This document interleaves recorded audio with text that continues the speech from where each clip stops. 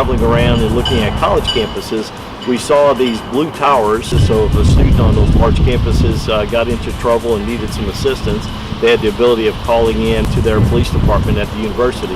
Install one of these at our front entry, and we also install one back by the athletic area. Almost everybody, if not everybody, carries a cell phone, but not always is a cell phone available. You may be at the school because you're a community member who decides to run the track in the evening hours, so you're not carrying your cell phone, and there's an emergency. You now have a way to notify our department in the event of an emergency, and you don't have to go find your cell phone. Just run to the call box, push the button, it automatically dials and rings here in our dispatch center.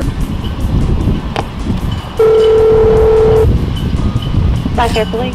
Hi, this is Roy Sprague. We're just testing the system here at Cypress Creek. Okay, thank you. Thank you.